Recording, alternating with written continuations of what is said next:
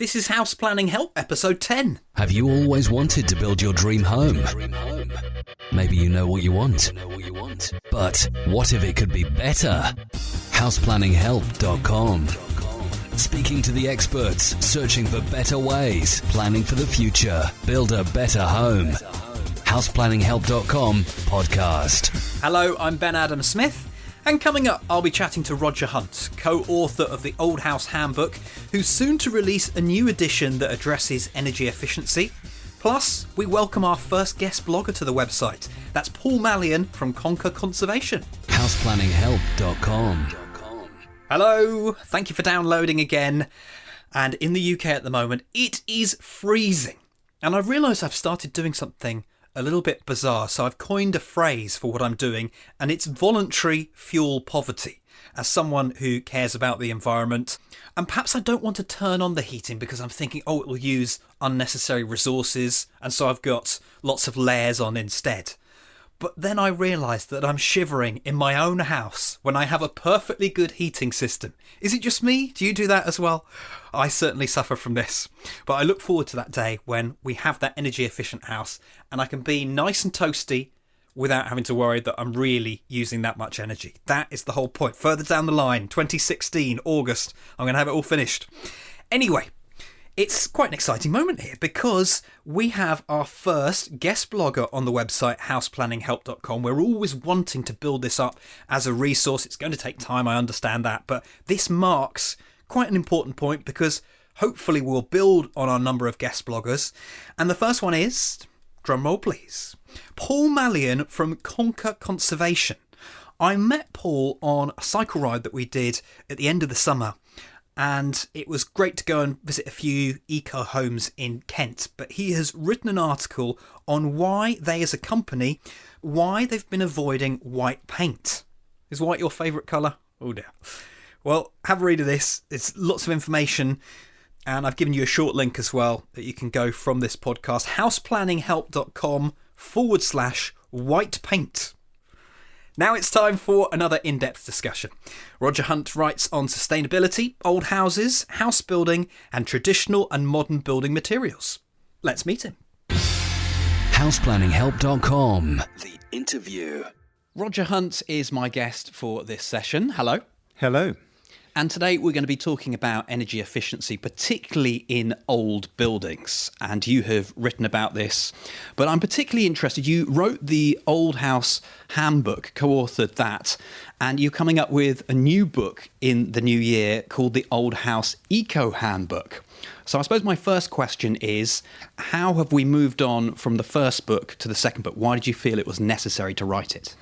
Well, I wrote the first book in 2008, and incredibly, eco things weren't that high on the agenda at that point in time. And in those years that have passed since, it's really risen up and become something that's very, very important. People want to save money now on energy, and we felt that the time is right to start really thinking about how you can make old buildings more energy efficient. And there's a lot you have to think about with an old building. It's not just a matter of putting insulation up on the walls and putting solar panels on the roof and so on. You actually need to think how you can do that in a way that's not going to damage the building and cause problems for you in the future. And there's a terrible fear, I think, that down the road in 10, 15 years' time, we might be ripping things out because they're actually causing damage to the building. What do we need to understand? I suppose perhaps we need to narrow it down when we're talking about an old building. Is it from a particular era? Is there a different school of thought for every building? Is it quite confusing? Old buildings in the sort of sense that I think of them, and the Society for the Protection of Ancient Buildings, who the book is in association with, are really solid wall buildings, and that can be anything from medieval, you can have a lovely medieval timber-framed house, right through to the Edwardian period when building technology started to change and we moved away from solid wall buildings. We started having cavity wall buildings, although there were cavity walls before that in Victorian times. And also the actual construction, the materials used. We moved from lime-based materials to a new era of cement-based materials. And the two work in a fundamentally different way. with a solid wall built using lime mortars, lime renders, lime plasters, it's not about keeping the water out. The water will penetrate that wall. As the rain comes down, it strikes the outside of the wall and it soaks into that wall a few millimetres. And then the sun comes out and the wind blows and it draws the moisture out of the wall. And the same thing's happening on the inside of the building as well. The moisture will soak into the walls, the moisture from washing and bathing and those sort of activities. But the open fires of the past and the drafty houses would then mean that moisture would evaporate out of the walls. What happens with cement and modern construction is it's all about keeping the water out of the building. It's about impermeable layers. And the problem is when you mix the two technologies, which sadly a lot of people do, not through any fault of their own, but they're trying to find the best solution. They will repoint a building with cement mortar, or they'll put a cement render on the outside, and they'll use hard products on the inside as well. And that stops the wall working as it used to work. So you end up with moisture being trapped in the building. And that is really the fundamental difference. So if you've got a building pre-Edwardian or maybe slightly later, you've got an old building that needs to be treated as an old building, respected as an old building. Are we trying to preserve these buildings for historical museum pieces nearly, or are they still practical to live in? I think this opens up the whole sort of sustainability debate, which is a much wider question, really. Old buildings are part of our landscape. They're part of our communities. And if you start getting rid of old buildings, you destroy communities and you destroy landscapes. And if you think about the average village or town, it's grown over the years with little accretions and additions where bits have been added onto buildings and other buildings have been built in a street. So you get this lovely sort of wibbly-wobbly sort of street scene, if you like. And to take that down and put new buildings up in their place really would destroy everything. So I think we have to be very careful about what we do to old buildings. First of all, we're destroying a lot of the materials and the carbon that's been embodied in those buildings, and we're losing all that, which isn't a good thing in environmental terms. But we're also going to lose all those communities and lose what we love about the environment around us, which is all the fine detailing you get with old buildings and the little quirks of old buildings. America, I think, has taken a very different approach, and I know because you have a house out there that you can tell me more about this, but I think they through the years have done what you've said, taken down the buildings and just built to purpose. So are we quite unusual in Europe that, firstly, we have this history to deal with, and secondly, that we're very keen on preserving it or finding the best way forward? I think actually the UK is probably more unique than maybe the rest of Europe in its sense of history and old buildings. And I think we are probably, as a race, more conscious of old buildings and the need to preserve them. But I think we probably have the right approach, and I think there is a danger that we are getting sucked into this new era of having to make our buildings energy efficient without really understanding the consequences. And I think it's also important to understand that you can make older buildings energy efficient without ruining their appearance and without ruining the way they work. But it requires care to do that. Maybe you could lead us through that process. Okay, well, it's a big process. And really, the first thing to do when you start to think about energy efficiency is not to do what a lot of people do and rush out and buy solar panels and stick them on your roof, because you've got to think about an old building holistically. You've got to view it as a whole. You can't just do one thing in isolation. You have to think about all the different things you're actually wanting to do and the best way of making the building warm through insulation and so on, and also by stopping drafts, which can really make you feel much colder than the building actually is sometimes. So it's about comfort as much as anything. So simple things like putting loft insulation in will make a huge difference to the feel of a building. And it's a relatively easy project. It's something you can do yourself. And also think about dealing with drafts. We all have windows that are drafty and rattling, and we have drafts coming up through the floorboards and under doors and so on. So you want to deal with those issues. Windows are maybe one of the first things to think about. You don't need to necessarily rush out and get new windows. Whatever you do, if you've got original timber windows, you want to try and keep those windows. And it's important just to understand the importance of windows. If you had a Georgian or even an Edwardian chair, you wouldn't throw it on the skip just because it had a slightly damaged leg.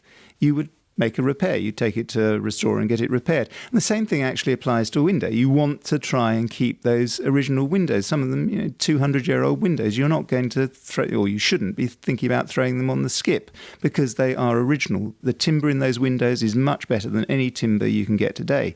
So try and keep your windows. And these days, there are plenty of companies offering window renovation services in which they not only repair the window, they might cut out a bottom rail that's rotten and replace it, but they will make a repair rather than replacing the whole window. And they will also, at the same time, draft-proof the window and make it perform much better. You don't need to put in double glazing and overhaul the window to that extent. You can do those simple measures and then use things like curtains and blinds at night to make the room much warmer. The same applies to doors. Think about the letterbox. Just put a wooden flap over the letterbox to stop the draft coming through the letterbox. Make sure the spring on the letterbox is actually working, on the letter plate is working to keep the air out. And draft-proof round the door. Have a sausage, one of those fabric sausages stuffed with fabric or whatever to stop the draft coming under the door. Then think about the gaps between the floorboards. You can fill those gaps to stop the draft coming up. So there are all sorts of fairly simple things you can do to make your house perform much better before you get into things that are going to be much more invasive and much more costly, and also things that we don't know the long-term effects of down the road. It's quite interesting that over the last few episodes I've done research into the Passive House Standard, and that seems to be very energy efficient. But I suppose I have an issue with how much energy we'll need to save in the future, because not only are we getting new buildings, but it's the old buildings where we'll have the big savings. So is this going to do enough? I think it will. I think it has to be a balance of all things, and to knock down houses to create new communities is really not the way to do it, because we'll lose the communities by doing that. We obviously need to build new houses, and I'm a great believer in Passive House, because I think Passive House is an excellent standard, and it can work very, very well, and it really does give us high-performing houses. So I'm all in favour of new houses being built to those very high standards. And with old houses, we can reach very good energy efficiency standards. We've discovered, the Society for Protection of Ancient Buildings have discovered through researching buildings and doing testing that old walls actually perform very, very well. They're performing much better than some of the computer modelling has predicted. So we're starting with something that is actually quite good, and we can really, by doing simple measures and sometimes much more complicated measures, make those buildings efficient. What is it that actually constitutes the history of the building? Because over the last couple of episodes, I was in a Victorian house that had been brought up to the Passive House Standard. It was a bit of an experiment, but what elements would you be concerned about? Because to me, not much had changed visually. It seemed to, what I was very impressed about was how well it had been done and how much thought had gone in and planning to making sure. But in your mind, is that something that we should do or we should avoid? To bring an old house up to Passive House standards is quite an invasive process. And like you, I've been to Passive House retrofits and I've seen what has been done, and it's been done very well, I have to say, in terms of making the building energy efficient. I think the problem is you actually lose the character and historic detail of the building. And those are the things actually that we buy old buildings for, because we love those features. To create a passive house retrofit means losing a lot of the original fabric. And when you balance the carbon and all those sort of things, what you're stripping out to create a passive house retrofit, I'm not sure it really adds up, because you're having to cut joists out of walls so that the joists don't penetrate into the walls, so you can create a complete seal basically round the inside of the building. So you're losing all those floors, you're losing internal walls and so on to create that. And so all that is going on the skip. I'm not convinced that that is the best way, not just from the carbon point of view, but also the loss of fabric. Historic fabric is hugely important. It's what makes an old building special. It's the reason that people go into a building with their estate agent and fall in love with it. It's all those quirks, it's the irregular lines and so on that make old buildings attractive to people. And some of those materials are really irreplaceable if you start pulling them out. So I'm not convinced about the passive house approach in retrofit, but I do think you can do an awful lot to get quite close to passive house if you really think about it. Are you talking about the piecemeal approach from before, starting looking at your loft insulation and all of these little tricks? Yes, I think it is a holistic approach, and the holistic approach is about insulation. It's about finding the right energy generation methods that suit your building. For instance, if you're in a very old leaky building in the countryside, a biomass boiler might be the answer. If you're in a town, maybe an air source heat pump might be the answer.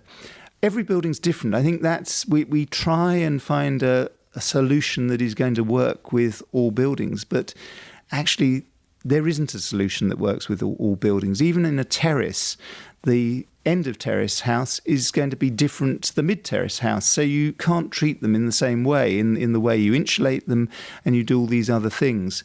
That's a vital lesson to learn.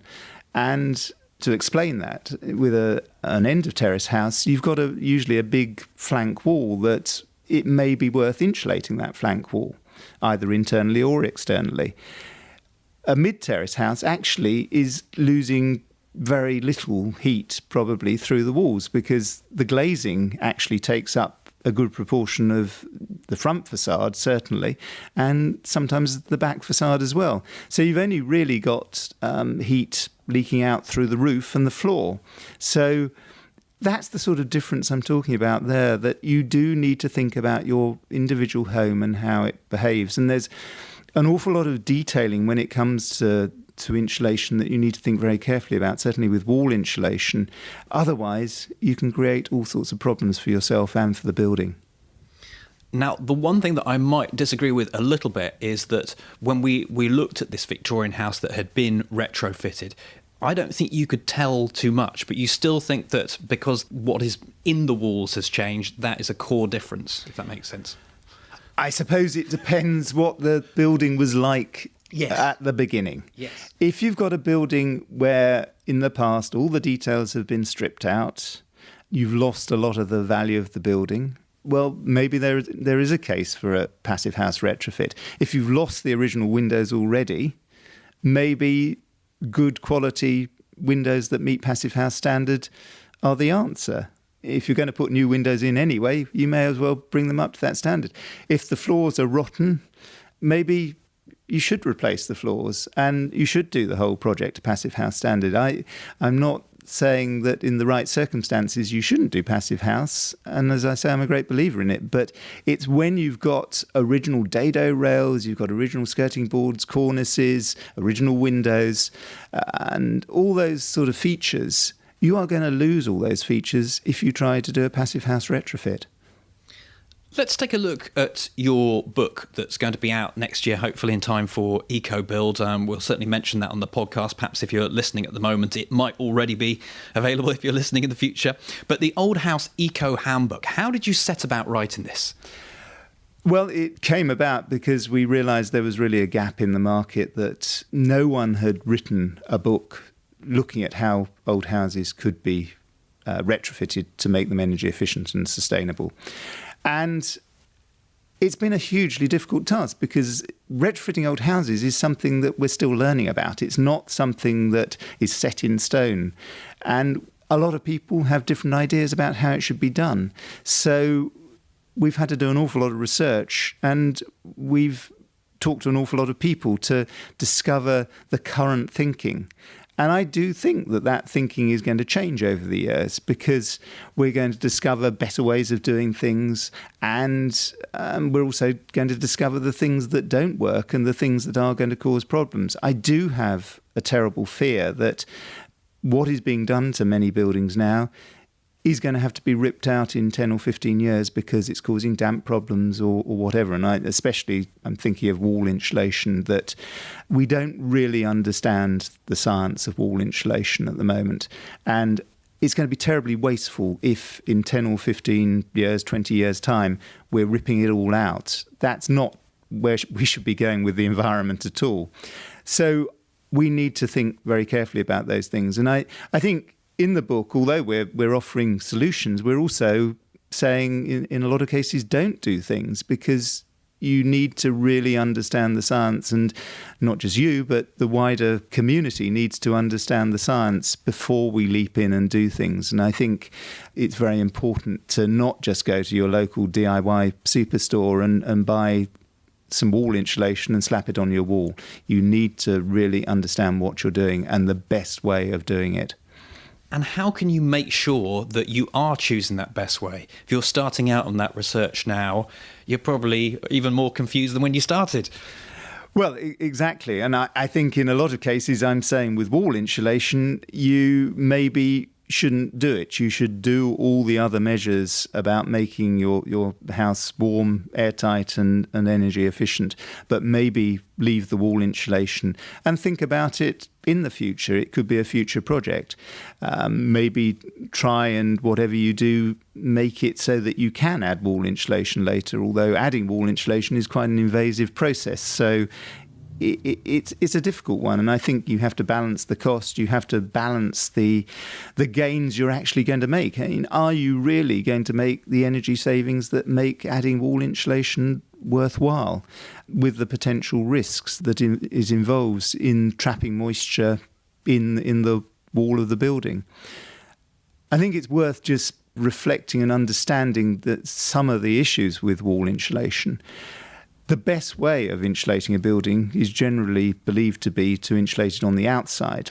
Well, obviously, if you've got an older building, if you insulate it on the outside, you're destroying all the features on the outside of the building, unless it's maybe a rendered building that you can put insulating render on the outside.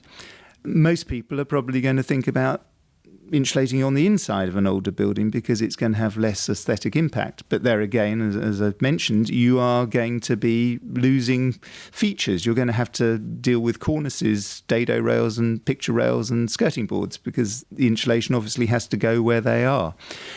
The problem with insulating on the outside is that you can end up with dampness in the wall. It's interstitial condensation.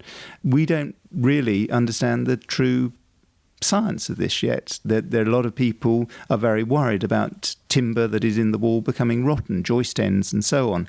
So we need to really understand what we're doing, and we need to, if we are going to do wall insulation, we need to think about using materials that can allow for breathability and so on.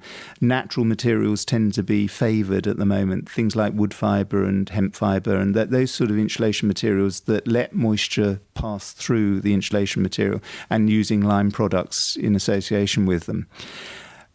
People that are doing test projects for wall insulation are even putting moisture sensors in the ends of joists, wireless sensors, so that they can, in the future, monitor what's going on in the ends of those joists to see whether there really are problems. And that's how seriously it's being taken. People are concerned. People in the know are concerned. So until we get that sort of feedback, we're not really going to know whether it is a problem or not. And it might not be a problem. We might all be worrying unnecessarily, and we can carry on and insulate our walls quite happily. But even if we haven't got those technical problems, we've still got the aesthetic problems and the loss of detail and character. As I look and research more into the Passive House Standard and buildings that are designed with the PHPP, it seems that simple designs are what is needed or are going to be the cheapest or the easiest way. Does that pose any difference to the way that we live? Well, I think obviously square boxes are much more energy efficient than boxes that have lots of accretions on them. So that is why a passive house tends to be a block rather than an oddly shaped building. What has made us love our environment, our older environment, is the unevenness of it, I suppose. And I think there is a great danger of building lots of boxes, which are hugely energy efficient, that we can lose some of the things that actually make us love the place we live in. So you have to look at it in a wider context. Someone was telling me about how houses actually should be clustered. I think it was in groups of 12, because then you tend to know all your neighbours and so on. So you've got to think of it in those sort of wider terms. If you're building a house, you've got to think about the neighbourhood as well as the nuts and bolts of the house itself. Things like having a porch that you can stand in and chat to your neighbour if you've got a terraced house next door, having seats in the garden and seats by the road where you can talk to people, low garden fences so you can talk to your neighbours.